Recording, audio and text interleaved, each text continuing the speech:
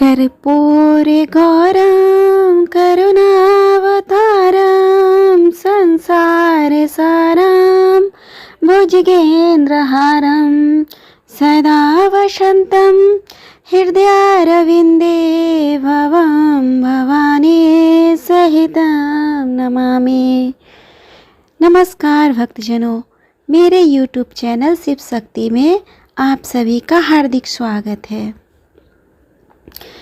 इस वीडियो में हम सुनेंगे शिव पुराण कथा का चौथा अध्याय। इसके पहले हमने सुना था शिव पुराण कथा का तीसरा अध्याय। उसमें आप लोगों ने जो प्यार और दुलार दिया उसके लिए आप लोगों को तहे दिल से धन्यवाद है। अब हम चौथा अध्याय का रसपान करते हैं और भगवान शिव की कृपा प्राप्त करते हैं।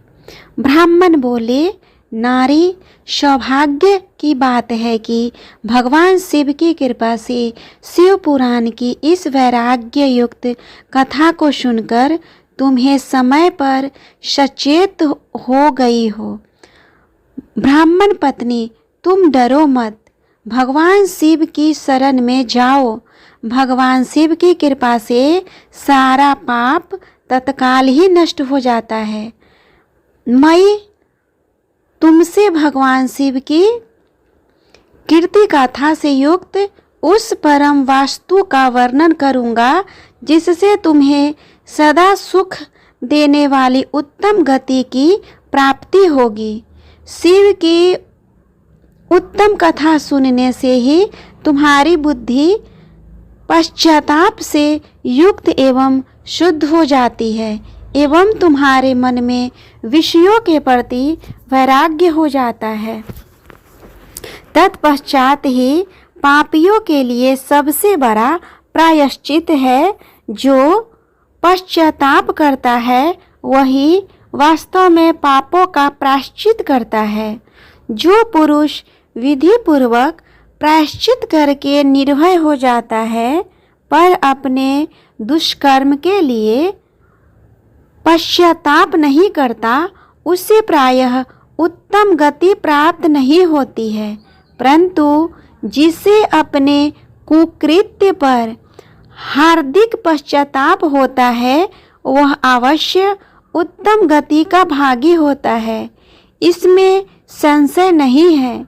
इस शिव पुराण की कथा सुनने से जैसे चित्त की शुद्धि होती है वैसे किसी दूसरे उपायों से नहीं होती है। जिस प्रकार दर्पण साफ करने पर निर्मल हो जाता है उसी प्रकार उस शिव पुराण की कथा से चित्त अत्यंत निर्मल हो जाता है, इसमें संशय नहीं है। मनुष्यों के शुद्ध चित्त में जगदम्बा पार्वती सहित भगवान शिव विराजमान रहते हैं। इससे वह विशुद्धात्मा पुरुष श्री शांब सदाशिव के पद को प्राप्त होता है। इस उत्तम कथा का श्रवण समस्त मनुष्यों के लिए कल्याणकारी बीज है। अतः यथोचित मार्ग से इसकी आराधना अथवा सेवा करनी चाहिए। यह भवबंधन रूपी रोग का नाश करने वाली है। भगवान शिव की कथा को सुनकर फिर अपने हृदय में उसका मनन एवं निधि ध्यानास करना चाहिए। इससे पूर्णतः चित्त शुद्ध हो जाती है। चित्त शुद्ध होने से महेश्वर की शक्ति अपने दोनों पुत्रों ज्ञान और वैराग्य के साथ निश्चय ही प्रकट होती है। तत्पश्चात महेश्वर के अनुग्रह से दिव्य मुक्ति प्राप्त होती है। इसमें किसी भी प्रकार का संशय नहीं है। जो व्यक्ति मुक्ति से वंचित है उसे पशु समझना चाहिए, क्योंकि उसका चित्त माया के बंधन में आसक्त है। वह निश्चय ही संसार बंधन से मुक्त नहीं हो पाता है। ब्राह्मण पत्नी, इसलिए तुम विषयों से अपने मन को हटा लो और भक्ति भाव भगवान शंकर की इस महान कथा को सुनो। परमात्मा शंकर की इस कथा को सुनने से तुम्हारे चित्त की शुद्धि होगी और इससे तुम्हें मोक्ष की प्राप्ति हो जाएगी। जो निर्मल चित्त से भगवान शिव के चरणारविंदों की चिंतन करता है उसकी एक ही जन्म में मुक्ति हो जाती है। यह बात मैं तुमसे सत्य कहता हूँ। सूत जी कहते हैं, शौनक, इतना कहकर वे श्रेष्ठ शिव भक्त ब्राह्मण शांत हो गए। उनका हृदय करुणा से आर्द्र हो गया था। वे शुद्ध चित्त वाले महात्मा भगवान शिव के ध्यान में मग्न हो गए। तत्पश्चात उठकर वैराग्य युक्त उत्तम बुद्धि वाली स्त्री जो अपने पापों के कारण आतंकित थी, उस महान शिव भक्त ब्राह्मण के समक्ष हाथ जोड़कर गदगद वाणी से बोली। चंचुला कहती है, ब्राह्मण शिव भक्तों में श्रेष्ठ स्वामी, आप धन्य हैं, परमार्थदर्शी हैं। आप सदा परोपकार में लगे रहते हैं, अतः श्रेष्ठ साधु पुरुषों में प्रशंसनीय हैं। साधु, मैं नरक के समुद्र में गिरती जा रही हूँ, आप मेरा उद्धार कीजिए।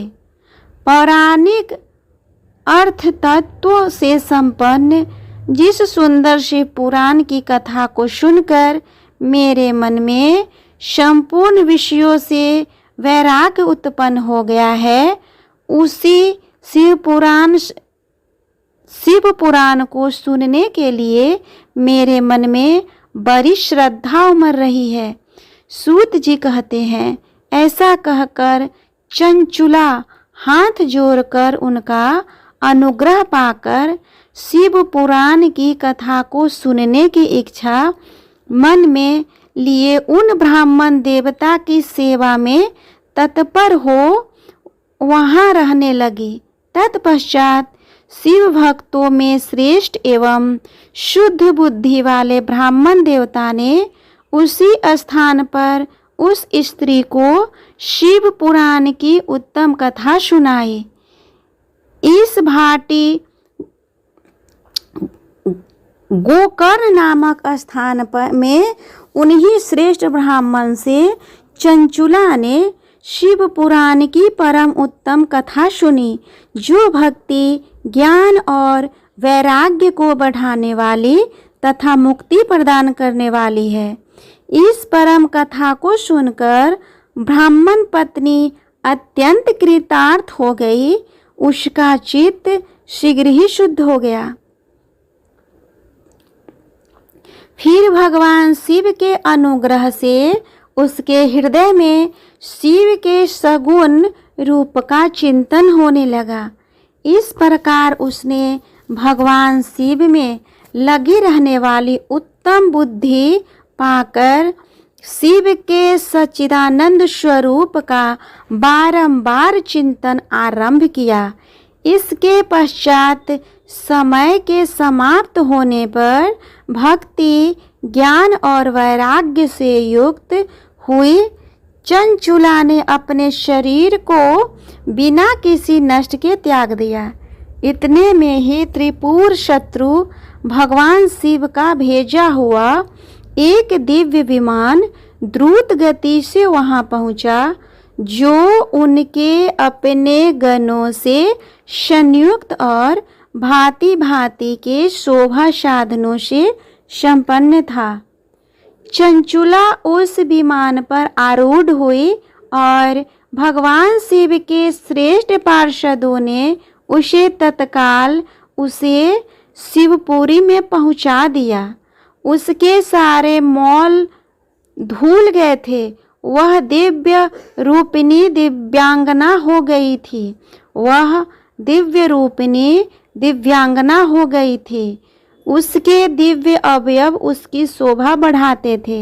मस्तिष्क पर अर्धचंद्राकार का मुकुट धारण किए वह गौरांगी देवी शोभाशाली दिव्य आभूषणों से विभूषित थी।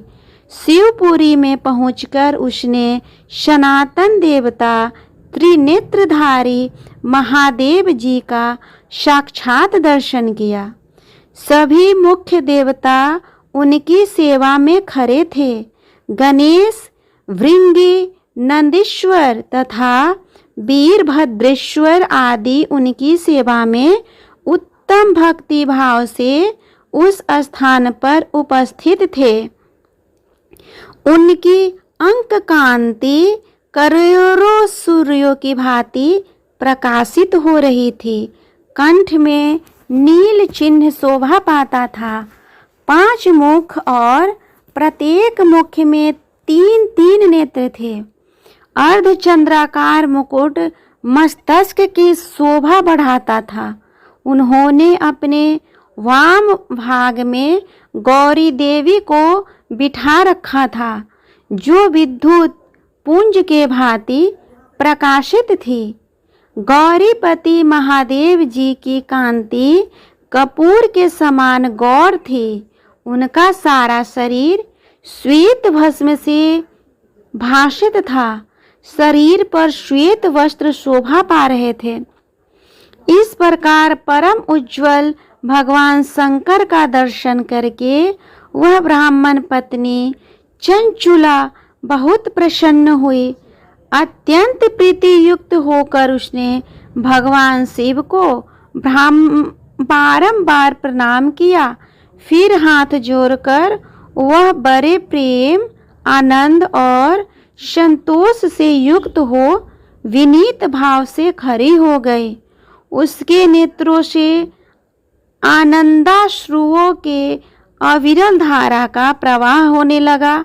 उस समय भगवती पार्वती और भगवान शंकर ने उसे बड़ी करुणा के साथ अपने पास बुलाया और सौम्य दृष्टि से उसकी ओर देखने लगे। पार्वती जी ने तो दिव्य रूप धारिणी बिंदुग प्रिया चंचुला को प्रेम पूर्वक अपनी सखी बना दिया। वह उस परमानंद घन ज्योति स्वरूप सनातन धाम में अविचल निवास पाकर दिव्य सौख्य से संपन्न हो अक्षय सूत का अनुभव करने लगी। इस तरह शिव महात्म पुराण का 4था अध्याय का कथा पूर्ण हुआ। भक्तजनों, उम्मीद करती हूँ कि आपको ये कथा अच्छा लगा होगा। अगर अच्छा लगे तो प्लीज़ मेरे वीडियो को लाइक और शेयर करें और मेरे चैनल को भी सब्सक्राइब कर ले। भक्तजनों, कृपया कर मेरे वीडियो को सपोर्ट करें। मुझे आपके सपोर्ट की बेहद आवश्यकता है।